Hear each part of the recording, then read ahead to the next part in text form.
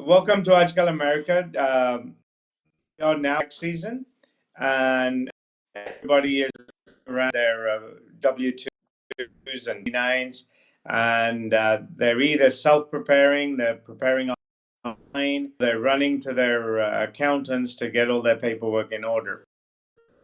We talk about the season coming up. Obviously, April, we'll have to pay is April 15.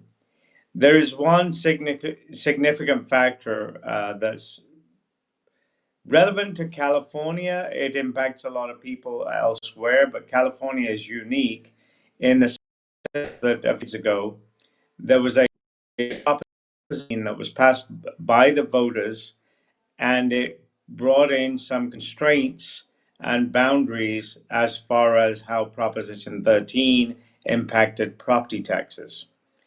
Since then, there's been a lot of changes in the demographics, and that means that there's a lot of people who are now buying houses in today's prices, and they are getting set up by the state to property on the properties they buy and the price that they paid for it. Proposition 13, as I recall it, it limited your tax increases over the ownership of your house.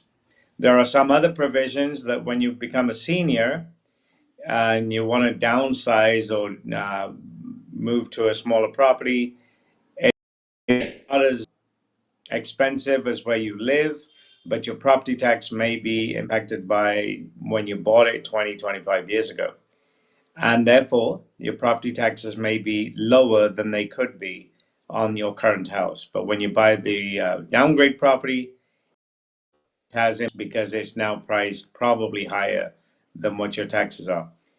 As far as I know, or I recall if I'm correct, that transfer, the purchase of a property downside, allows you to carry your property taxes from your current residence over to the new one. But there are some bridges or some conditions to that. We're talking today to Harjinder Gill from Diamond Tax Services. He's a accountant. He's a master's in accountancy. He's doing business accounting, and tax services. I'm not going to go into detail on that because I myself am not into playing with numbers. He is. But welcome to Jinder to Ajkal America. What we want to talk about is tax. The bigger thing that's on these taxes is Proposition 13. We've read a lot about changes that are coming, and there's another proposition that the legislature has passed making significant changes to our property taxes. But start us off with an introduction to Harjinder Gill, Diamond Tax Preparation Services, and then we'll talk about Proposition 13. Hello, everyone. My name is Tiger Harjinder Gill. I've been in the field of taxation and accounting for about 25 years. I hold a bachelor's in science in accountancy from Sacramento State University. I hold a master's in science in accountancy from Golden Gate University, and also have a second master's in accounting and data analytics in AI from Golden Gate University as well. And I have worked various agencies. I worked for the state of California as a tax auditor, as associate tax auditor. I also worked as the Internal Revenue Service. I worked at Peter Holt CPA, Tycher Construction, and also work at Aerojet Rocketdyne. And I have a very high passion and for love accounting and taxation. So, hey, thank you for having me on the show today. Well, thank you, Harjinder. I started off by talking about Proposition 13. Can you give us a brief history why Proposition 13 came to be, what it does, and who it impacts? Does it impact homeowners? Does it impact businesses, renters, or is it, tell us more about Proposition 13, Okay. about and who it's for. So brief background on Proposition 13. The bill was first introduced in 1978 as part of California's constitutional system that limits property taxes and controls how fast property tax values rise. It was also passed during the time when home values and tax bills were quickly rising, and many homeowners, especially seniors in fixed income families, low to middle income families, were feared of being taxed out of their homes. So the reason for Prop 13 was established was to create stability, predictability, and protection from sudden spikes in property taxes.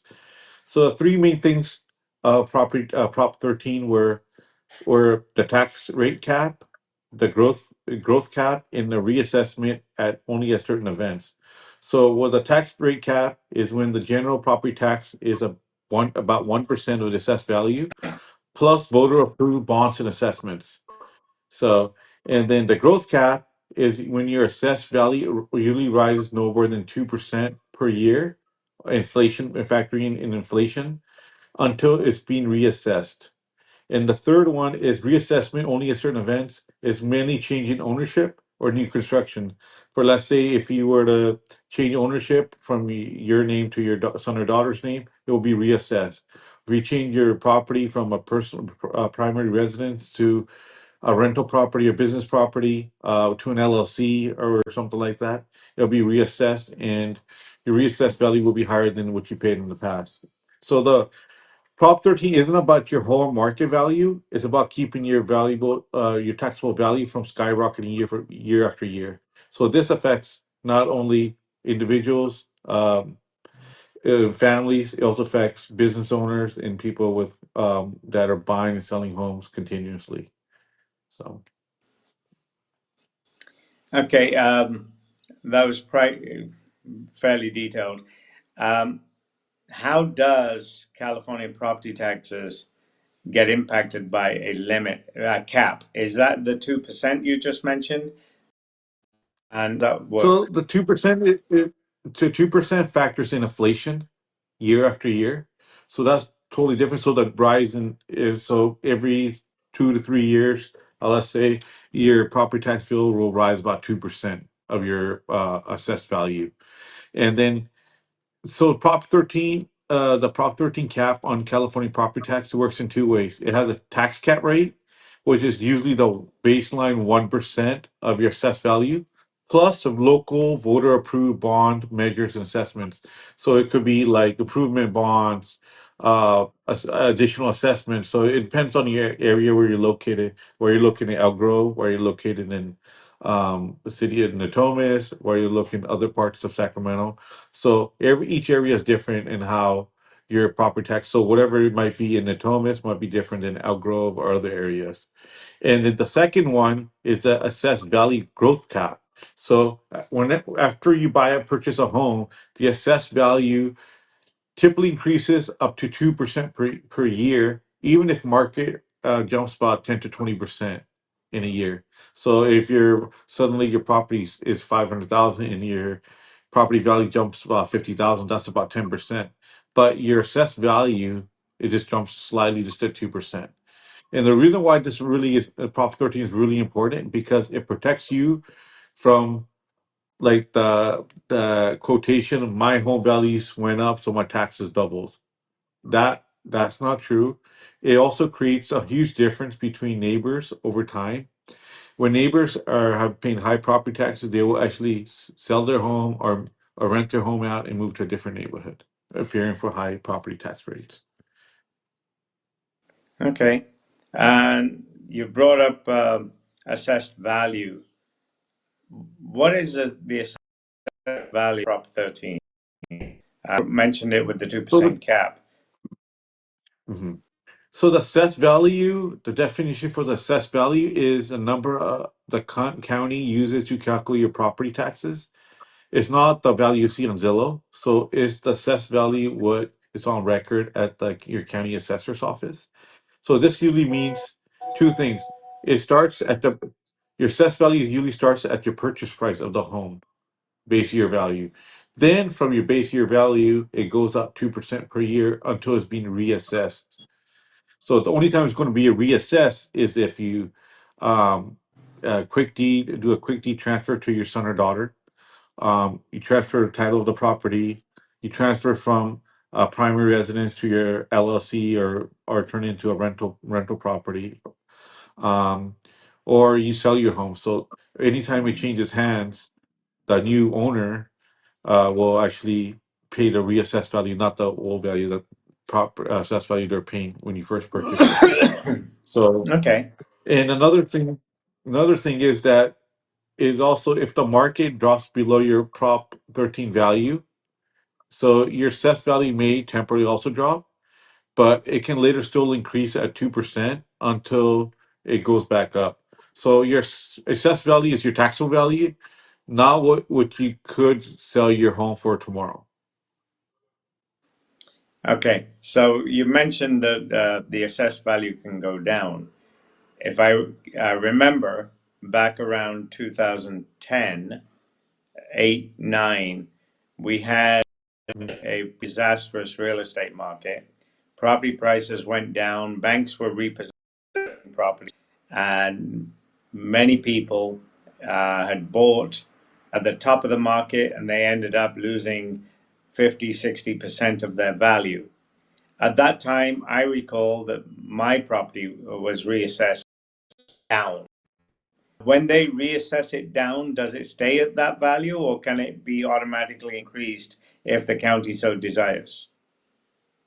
So when it decreases, let's say it goes from 500,000 to 400,000, to speaking simple math, it'll be reassessed to your 400,000. So when your property value goes up from, like, say, for 400,000 to 600,000, but your assessed value when you first purchased the home was 500,000, your what I'm saying, your Prop 13 value, which when you purchase your home at 500,000, it's going to stay at that. It won't go increase beyond that. It will only increase over 2% over inflation. So per year, so it's like, say, increase of about $5,000, or 10,000 per year, which is very small minimum if you're paying about 1% assessed value. So it would just it would Okay. increase slightly, not like exponentially. You mentioned inflation and you mentioned 2%. How are those two related or not? So the 2% is only accounting for inflation. So, and then the 1% is it's based on assessed value of your property. So when you assess what your property taxes are, the 2% is totally different. It just increase in your your assessed value when you first purchased a property.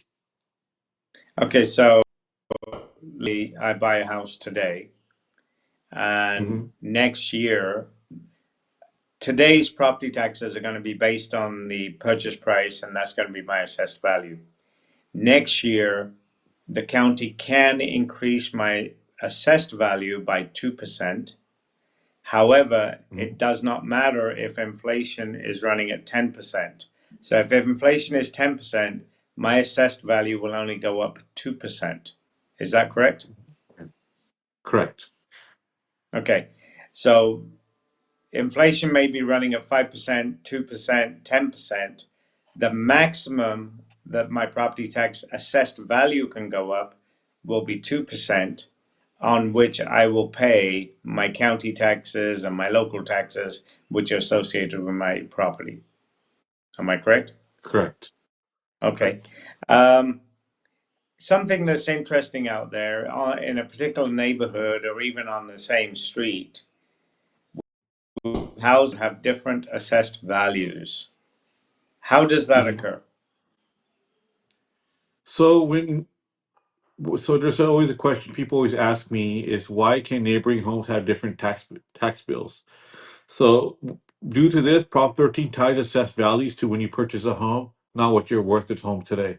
For example, neighbor A purchased a home in 1998 for 200,000, and its assessed value rises slowly.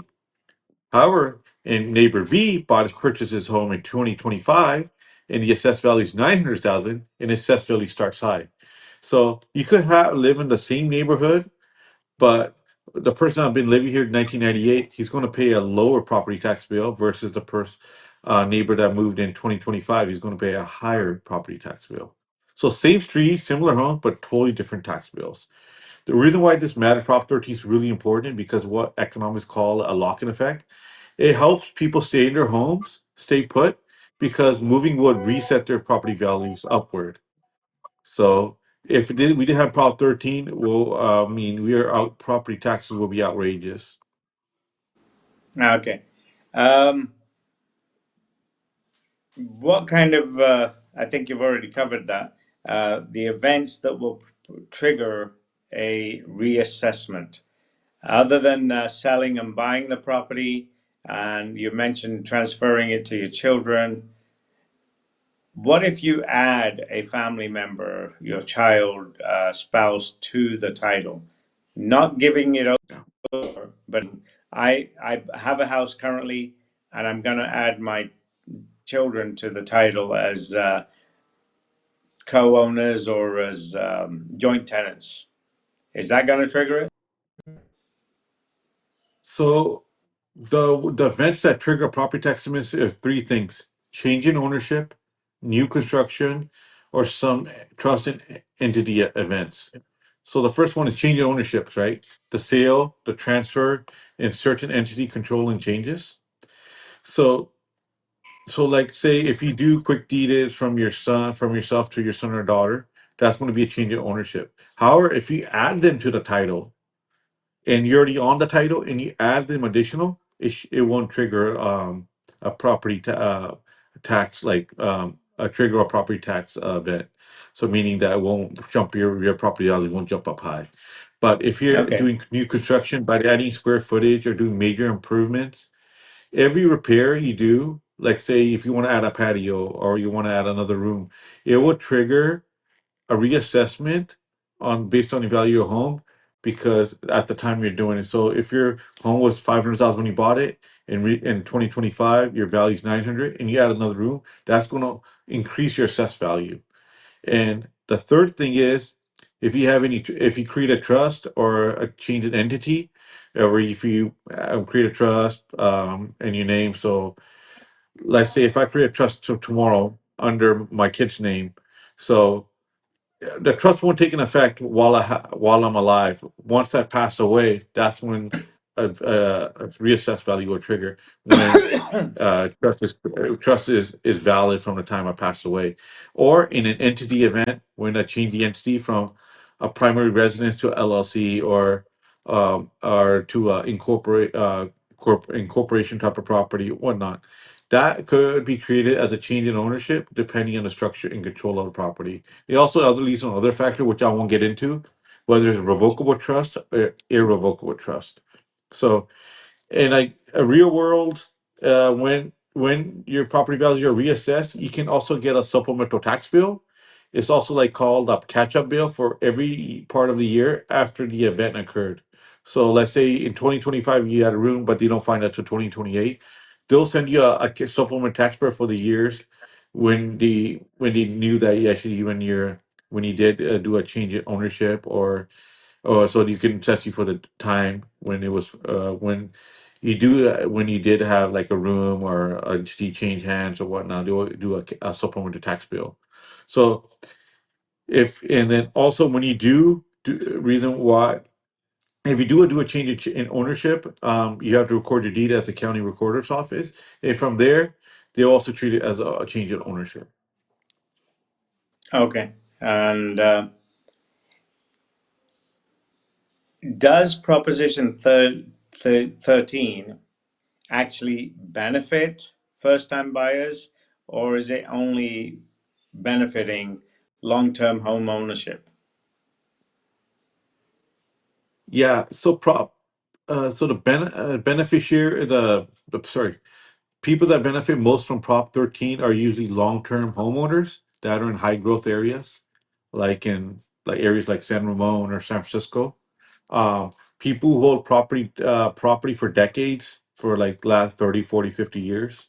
Landlords and businesses, they they won't the Prop 13 isn't for is only for this primary residence, also for people that are landlords and they have also like other properties like under an LLC. It also benefits them too. So why this really Prop 13 really matters, because the longer you hold a property, the more your assessed value can fall behind the market value, meaning it's a bigger built-in tax advantage. So if you bought your property in 1978 and it's at like say 100,000, it will benefit you going forward because you're paying at the value you first purchased your property, not what you if you when you sold it in bought it and purchased in 2025. So you have a big advantage there. Okay. Recently in California, there's been some back and forth about Proposition 13. There's been a lot of people opposed to Proposition 13, and they want to re-vote on it. They want to sort of repeal it. Many people have argued for that. But on the previous efforts, when people have voted, those efforts have not succeeded. However, we now have something that's called Proposition 19. How does that relate to what Proposition 13 did? How does it impact home ownership? And are there any benefits or losses because of Proposition 19? Okay. So first, let's get a quick introduction of Proposition 19 and why it was passed. So Proposition 19 was passed in 2020 as offered for key parts starting in February 16, 2021. So it had two major uh, things in common. So it had expanded a tax-based transfer to for homeowners 55 and over. It was also catered for severely disabled individuals and also disaster victims. So like say if it was due to those type of events and they decided to move, they can move without losing their Prop 13 tax base. And the second one was a narrowly inherited property tax benefits, especially for non-primary residents like rentals and vacation homes. So Prop 13 gave seniors more flexibility, but it also tightened the rule for inherited properties. So, and how did what's the major event for Prop 13 rules change? Did it prompt Prop 13 to change? It was inherited property and portability. So the first one, inherited property, is when a parent will transfer it to the child, the grandchild, and then if it goes from the grandchild, from and so forth. And then it says primary residence requirement for the child is for being a family home benefit, and it also it created a value cap of $1 million exclusion. And the second was a portability for 55 and plus, and for disabled and disaster victims. So the you can transfer the tax base statewide, and it can be up to 3 times the value for disabled and 55 or plus seniors. And the replacement value can be more expensive, so the tax base just upward with the formula. Okay. Did the voters actually understand what Proposition 19 was going to do, or how they were going to be impacted by it? So there were a lot of back and forth, a lot of myths about it. The few ones say, "Hey, if I have my property, can my kid inherit my rental property, keep my taxes low?" No, that was a misconception. The second one, if it's in a trust, we're safe, not automatically, because the structure, control, and filing requirements are really important. They also take in a matter. Whether it's a revocable trust or irrevocable trust, so that also matters, and how a trust is set up. The third myth was that $1 million exclusion means $1 million of market value is tax free. So your assessed value is based on the taxable value plus your index exclusion amount. So it's not simply $1 million off the market value. And then the other one was the seniors can transfer unlimited times. Reality, they can transfer up to 3 times, as long as the individual is 55 or plus and disabled. And disaster rules are totally different. So disaster is like, like happens, and you're a victim of disaster relief. If you're presidently declared disaster area, that's totally different than if you're a senior or you're 55 and plus. Okay.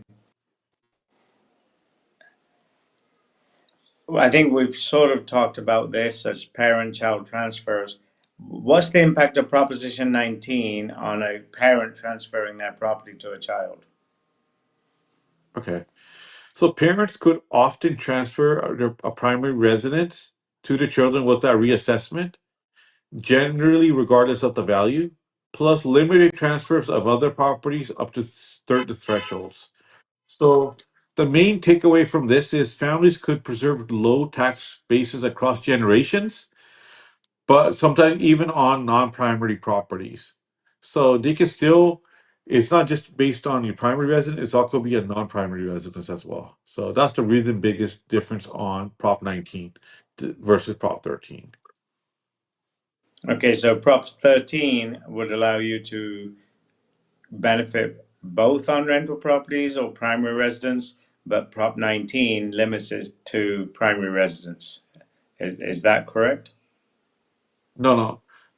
Prop 13 was mostly for primary residence at first, Okay. but Prop 19 is not is also on primary and non-primary properties. Okay, so Prop So it's 19 gives, expanded now. okay, Mm. okay. So I think you mentioned it earlier too. What's this exclusion of $1 million? So the exclusion of $1 million and how it's calculated. So I want to kind of backtrack a little. The Prop 13 created a cap threshold. So 1 million is a cap threshold. So it's what's the parent's taxable assessed value plus the index exclusion amount. So if the market value at the transfer is above the cap threshold, the excess is added to the taxable value. So if your property is like 1.2 million, so anything over the 1 million mark, that like say that let's say for instance 200,000, it'll be added as to the taxable value of the property. So Okay, if so the market value is the if my assessed value on the county register or whatever that's called is at 700,000, but the assessed value is 1.2 million, and the price transferred between a parent and a child, then what they do is they take the 200 above the 1 million and add it to the 7 that I'm currently at. yeah. So what they do is like say your if your market value is like say 1.2 million and your parents' taxable value was like say 700,000. So that's the difference of 500,000. So what it would be the taxable value, which is 500,000 plus anything over the million, the 200,000. So it'll be 700 plus 200, which will equal a new taxable value at 900,000. So Okay. So even then, it's not going to be the full 1.2 million for no, reassessed no. because of that trigger. It will be Yeah, whatever the assessed value is today, 700,000. Whatever the market value or the assessed value is, 1.2 million. They'll take the 200 over the 1 million and add it to the current assessed value. correct. Got it. Okay. Um, Tax base is something that sort of many people, seniors, have been allowed to transfer under Prop 13 when they downsize, which is a common feature for at least seniors. They become empty nesters, as they're called, and they want to downsize from a 5 bedroom house to a 2 bedroom house, or whatever their Mhm. needs of that time are. Is there a limit on how many times I could downsize? So under Prop 13, it allows eligible homeowners 55 or plus, the severely disabled or disaster victims, to transfer their taxable value to a replacement primary residence anywhere in California up to 3 times. So it's mostly for homeowners 55 or plus and severely disabled. So you can transfer the property up to 3 times. Okay. So if I choose to downsize in Sacramento, I can take my base with me then. And then if I Yeah. choose to read to where my kids are and downsize again, I can do it that time. That's number two. And then if I decide to move down to a senior community or something, be part of a adult senior community living structure, I can do it three, but I can't do it anymore. Yes. So yeah. So the reason why Prop 13 benefit homeowners 55 and older is because it helps people downsize, move closer to their families, and or relocate without losing a favorable property tax rate. So this is really important for people for seniors that are 55 plus or severely disabled individuals because they don't have to worry about the heavy tax burden they have to pay when they every time they move. And for disaster related transfers, those are totally different rules. So it's really important that you talk to your tax accountant or your county tax assessor for these changes. Okay. We've talked about transferring base and senior privileges on property taxes when you want to downsize. If I downsize from my current residence, 5 bedrooms, whatever, and I go to a 3 bedroom house, do I have to buy cheaper than what I have or what it would be? Or could I buy a property that's 3 bedrooms, but it might cost me more than my current house, but it's physically smaller? So, what's the criteria there? There's no specific criteria. It just allows that you, no matter where you move, you still keep your existing taxable value of your property to a replacement property, replacement primary residence anywhere in California, reducing that tax shock of moving. So no matter where you move, you want to move closer to family, or you want to downsize from home or relocate, you won't lose your favorable property tax base.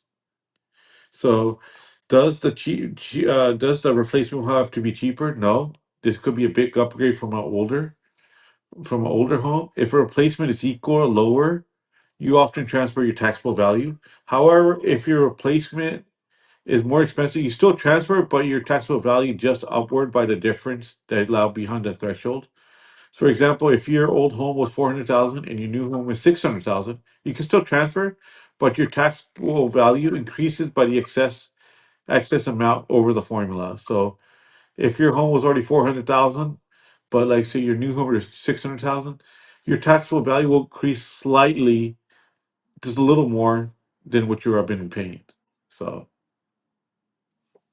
So, from what you just said, house that I'm living in now, taxable assessed value is half a million, $500,000. I want to downsize, but I also want to move closer to some nice scenic areas like Santa Cruz. And mhm. this 3 bedroom home or 2 bedroom home I'm buying is cost me more than what my house is in Sacramento. Now I'm taking my 500,000 assessed value to Santa Cruz. Mhm. I bought her a million. How does that impact my property tax? You said it's the difference. Is that half a million difference in what I have and what the new property is? How is that going to impact me? It won't impact back what your taxable base value. So it you still keep your transfer what you already paid, but like say if it's 700,000 and you had a property tax for transfer base before of 500,000, it's going to go up by slightly by 200,000. So we'll just go up by just a little more. But so pretty much what it is, it will be just based on the formula, long as not over the 1 million mark. Because after over 1 million, that's what the cap is. Then you have a newly assessed value for that. Anything over 1 million. Okay. You mentioned a lot about disasters like floods, earthquakes. Um, One thing that's common in California is wildfires. So how's that going to impact my property taxes? If I live in an area where there's wildfires, if we remember Paradise a few years back, the whole city disappeared because of the huge wildfire we had. How would something like that, as a disaster, impact my property taxes and my moving? At least now I'm hit by a disaster. I don't have a residence. I got to buy somewhere else. So what's the impacts on property taxes for me? So if your primary residence is substantially damaged or destroyed in a qualifying disaster, a wildfire, or so forth, Prop 19 can allow a tax-based transfer to your replacement home, as long as you have valid documentations and it meets the rules, and is signed by a county administrator that that is valid. So this is one of the very biggest relief tool for people rebuilding after wildfires or natural disasters. But timing and paperwork are everything. So long as you have the valid documentation that it was a disaster area and it was due to a wildfire or a flood, earthquake, or whatnot, that's going to be really key. And for you to purchase a home after a wildfire. Okay, so whatever I'm purchasing as a result of a wildfire or an earthquake, because my residence has been impacted, then I have some benefits from Proposition 19. Um, when you're looking at Proposition 13 as a family, what do I need to consider in planning passing over my primary residence over to the children, creating an irrevocable living trust, or things like that? Yeah. So I used that value example earlier. So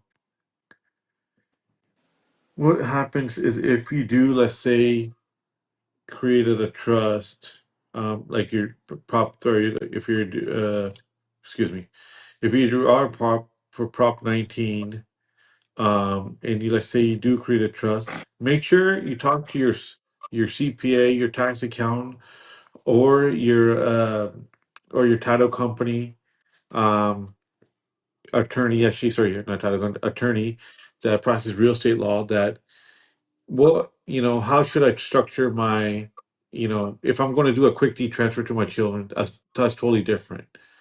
But if I'm going to do it under a trust or a different entity, uh, then how would it change? So if you have a trust, make sure you pay really important attention to the change in ownership, depending on what's the structure and the control.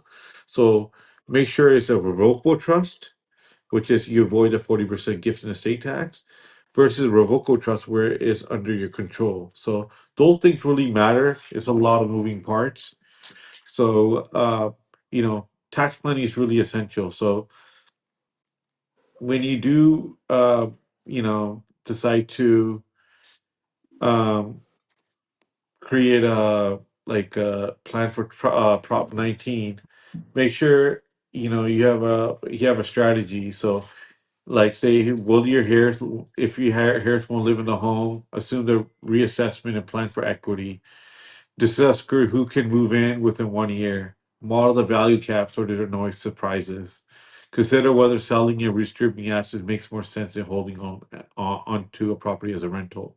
So estate planning is another important thing, which now requires a who will live there type of conversation, not who will own it. So look at that.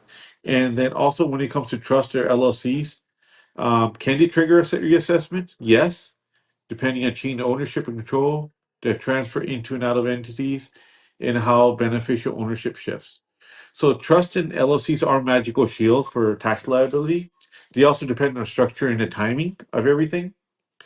And the assessor applies the change in ownership rules. So make sure if you do decide to talk with your county assessor, talk to your CPA, your accountant, or tax advisor, attorney about these changes if you do decide before you make a move. Okay, so basically, then that depending on the assets that you have, if all you have is a primary residence and not anything like a business or rental properties or something like that, is there a difference of having these trusts? Um, does one situation require the trust and the other not? Or is it just generally wise to create a trust, make sure that you talk to all these necessary individuals, a tax attorney, tax consultant, property tax? My concern here is going to the tax assessor, the county assessing people. They're usually not that eager to talk to you.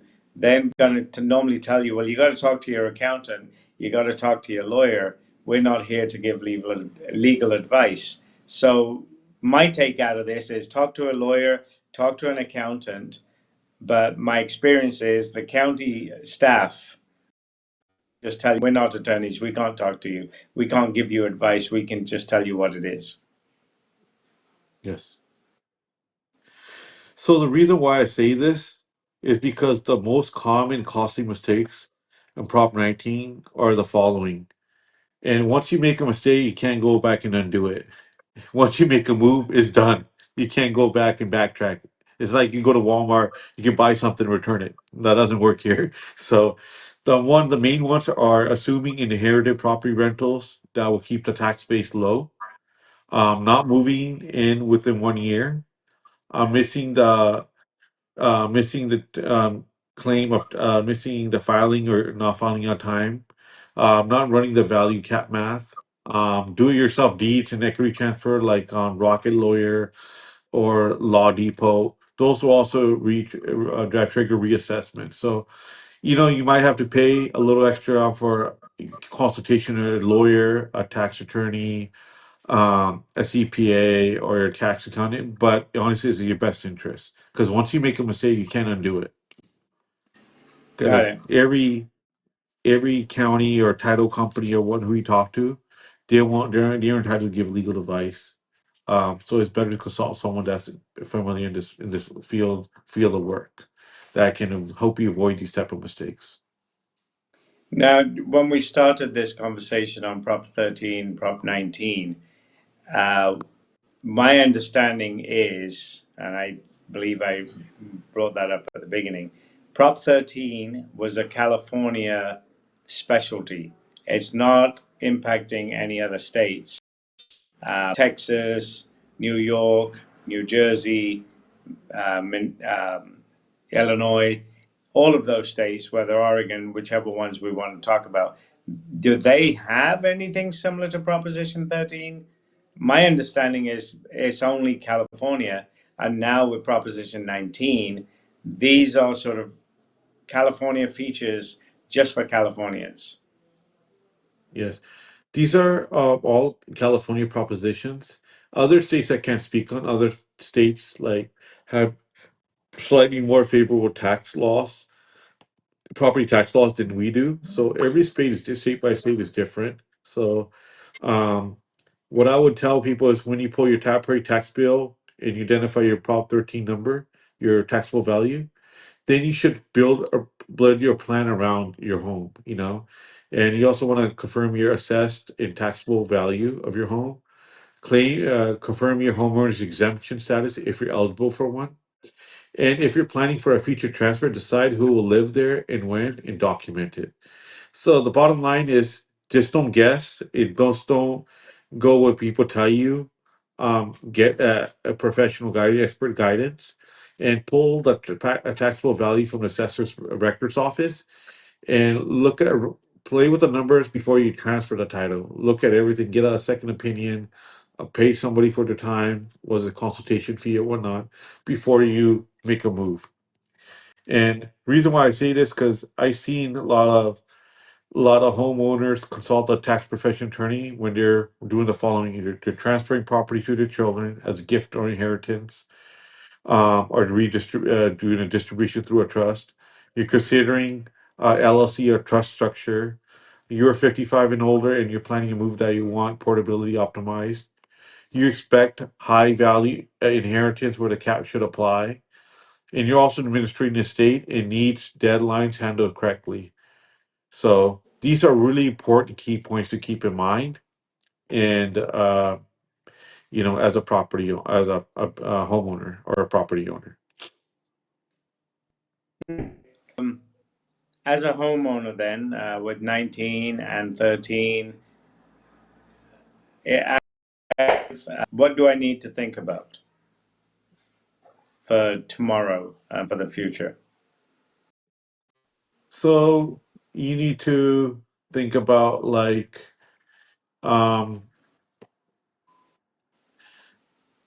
a few things. Like if I want to say one particular thing is, are you going to live in the home? How long? Who's going to live in the home? Are you going to change the ownership? Are you going to transfer it to your children? Are you going to sell the home? Those are the key points. Are you going to create it into a trust? Okay, what type of trust? Revocable, irrevocable. So one is if revocable, it can trigger so you also got to be careful. If revocable, it avoids the 40% gift and estate tax. Where revocable is that's when the trust is under your control. So just a lot of things you got to also you want if you're doing new construction to your property. Are you going to add square footage? Are you going to do major improvements? Are you going to add a patio attached to the house? Are you going to do improvements around the house that are attached to the house? Are you going to build a new room or something along that nature? Also, like if you're doing creating a trust or entity, make sure when you're changing ownership that it's also important how you structure control your entity and how you're controlling that trust. So, and then when it's reassessed, you also get a supplemental tax bill as well. So, a lot of key things, a lot of moving parts. I know I could go on and on, but when every property and every situation is different. So yeah, please talk to your tax attorney, your tax advisor, your CPA, accountant. Hey, you don't want to make moves that are very costly in the long run. So if you're Got dealing it. with an inheritance of trust, or you're 55 and plus and 55 and older, and considering a move, you know talk to your tax professional attorney that can help you model the property tax impact and avoid expensive Prop 19 mistakes before you sign anything. Got it. Well, in the interest of time and everything else, we'll call it uh, enough information for today. We don't want to do information overload, and we'll catch up on this taxes during this season. And we have until April 15 as individuals. Businesses have a totally different procedure, and we'll catch up on some other stuff at a later date. So thanks for your time and thanks for sharing this information on Proposition 19 and Proposition 13. And we'll come up with a new topic in the near future that impacts people on their taxes and everything else. Um, thank you for today. Uh, Thanks for watching Ajkal America. We talk about things America, usually politics. We're in tax season now, and we've been talking about Proposition 19 and Proposition 13 and how it impacts Californians, because both Proposition 13 and Proposition 19 are California related, property tax related topics. We were joined by Harjinder Gill from Diamond Tax Preparing Services in the Sacramento area. And he's a certified tax preparer, he's an accountant. All those letters that go behind your name, a bit too many for me to cover as to which each acronym is. But you need help with taxes, you want to consult somebody, uh, you can reach. You're looking at writing a trust, definitely talk to an accountant and an attorney because that is a very complicated matter. For joining, we'll come back at another time with another California, USA related topic, whether it be politics, whether it be taxes. And we'll meet again. Thank you.